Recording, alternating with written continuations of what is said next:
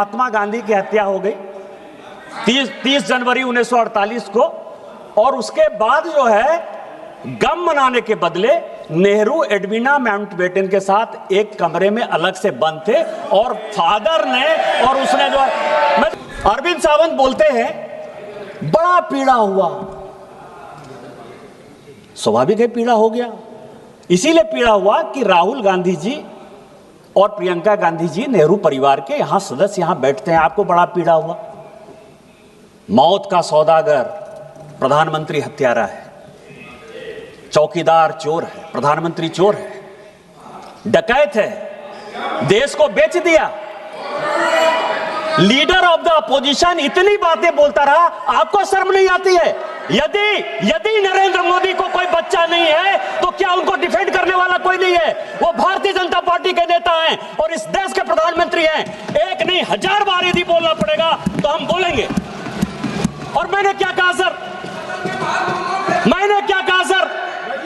मौत का सौदागर सोनिया जी ने on the floor of the house कहा है, हत्यारा on the floor of the house कहा है।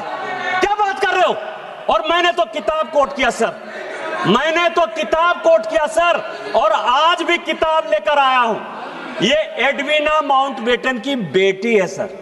वो कहती है कि महात्मा गांधी की हत्या हो गई 30 जनवरी 1948 को, और उसके बाद जो है गम मनाने के बदले नेहरू एडविना माउंटबेटन के साथ एक कमरे में अलग से बंद थे, और फादर ने और उसने जो है, मैं तो किताब कोट कर रहा हूं।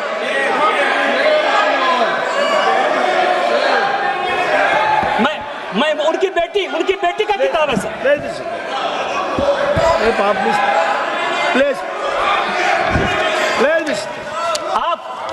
आप देश बेचने की बात कर रहे हो?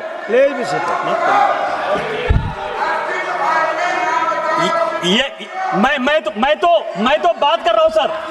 स्पीकर सर 17 आदमी को मैं अब इतिहास की कहते हैं, आपने कोई जो है उसका गारंटी नहीं ले लिया है। नेहरू जी देश के पहले प्रधानमंत्री थे, राहुल गांधी और प्रियंका गांधी के रिश्तेदार होंगे, लेकिन देश के पहले प्रधानमंत्री को कोर्ट करने का अधिकार, उनके गलतियों को बताने का अधिकार मेरा है। वो देश के पहले प्रधानमंत्री थे। आपकी कोई यूएसपी नहीं है। 47 से लेकर 52 तक वो कांग्रेस के प्रधानमंत्री नहीं थे, वो इस देश के प्रधानमंत्री थे। और हमारे पहले राष्ट्रीय अध्यक्ष श्यामा प्रसाद मुखर्जी भी उनके मंत्रिमंडल के सदस्य थे सर। अंबेडकर साहब, जिनको कि कांग्रेस ने हराने का काम किया, वो भी लॉ मिनिस्टर थे सर।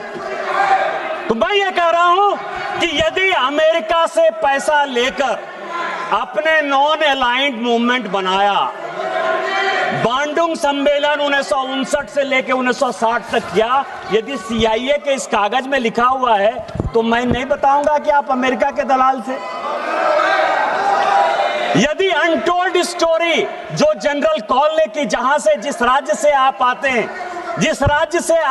हैं स्पीकर सर, कि 1962 में ऑल इंडिया रेडियो से नेहरू जी ने कह दिया कि असम चीन के कब्जे में चला गया। अनटोल्ड स्टोरी जो जनरल कॉल, जो उनके रिश्तेदार थे, 17 लोगों को बाईपास करके जिनको कि जनरल बनाया था, यदि वो अपनी किताब में लिखते हैं कि अमेरिका के साथ मिलकर मैं लड़ाई लड़ रहा था, मतलब चाइना के साथ भारत नहीं लड़ रहा था, अमेरिका लड़ रहा था, यदि आप अमेरिका के गुलाम थे, मैं ये बात नहीं कहूंगा। अभी खुद वॉशिंगटन पोस्ट में सर 4 पेज का न्यूज छपा कि 1962 में नंदा देवी में न्यूक्लियर डिवाइस लगाया गया। यहाँ त्रिवेंद्र सिंह रावत और यहाँ ये अजय भट्ट बैठे हुए हैं, और जिसके कारण गंगा में जो वो न्यूक्लियर डिवाइस के कारण जो विकिरण हो रहा है, उसके कारण गंगा के क्षेत्र में जो कैंसर फैल रहा है, उसके कारण नेहरू हैं। क्या ये बात मैं नहीं कहूंगा? 1962 में यदि उड़ीसा का चरबटिया एयरपोर्ट आप अमेरिका को बेस यूज करने के लिए दे देते हैं, तो क्या अमेरिका की आप दलाली कर रहे थे? ये बात मैं नहीं कहूंगा। ये सब तो इतिहास है, मैं तो इतिहास की बात कर रहा हूं।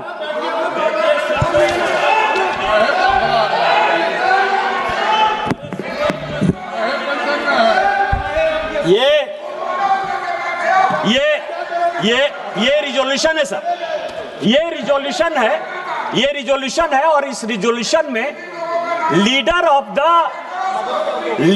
द प्रोपगंडा, एलओपी का जो मतलब मैं समझता हूं सर, क्योंकि इसमें काफी क्लियर नहीं है, लीडर ऑफ द प्रोपगंडा, जब एक इग्नोरेंट आदमी एरोगेंस का शिकार हो जाए तो हमारे हिंदी में एक कहावत है कि फटा पोस्टर निकला हीरो।